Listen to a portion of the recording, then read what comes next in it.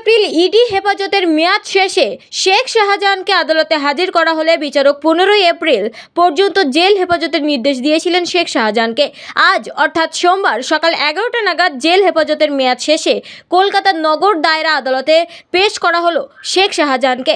ED সূত্রে খবর, ইডির তরফে আজ আদালতে আবারও শেখ শাহজাহানের জেল হেফাজতের আবেদন জানানো হবে। ইডির বিরুদ্ধে চাপ দিয়ে বয়ান রেকর্ড করার অভিযোগ তুলল সন্দেশখালী তৃণমূল মাফিয়া শেখ শাহজাহান।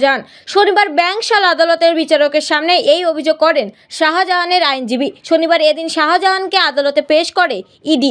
আদালতে শেখ শাহজাহানের আইনজীবী একটি কাগজ দেখিয়ে বলেন, এই কাগজে শাহজাহান অভিযোগ করেছে তার কাছ থেকে জোর করে বয়ান লিখিয়েছে ইডি। তিনি দাবি করেন, ইডির মন পছন্দ বয়ান না দিলে শাহজাহান ও তার পরিবারকে নারী ও মাদক পাচারের মামলায় ফাঁসানো হবে বলে হুমকি দিয়েছিল তদন্তকারী আধিকারিকরা। তাই ওই বয়ান প্রত্যাহার করতে চায় শাহজাহান।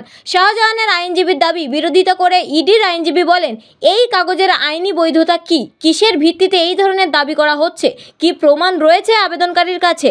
এরপর তদন্তকারী সংস্থার এক আধিকারিক আদালতে শাহজাহানের সঙ্গে কথা বলেন। এরপর শাহজাহান ওই কাগজে সই করে দেন। বিচারক জানান, শাহজাহানের আবেদনের ভিত্তিতে 15 এপ্রিল শুনানি হবে। সেদিন নিজেদের বক্তব্য রাখার সুযোগ পাবে ইডি।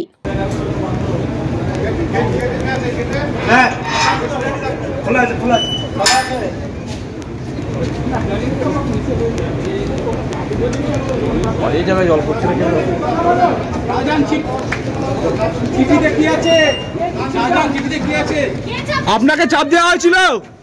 চিঠিতে কি আছে শাহজাহান?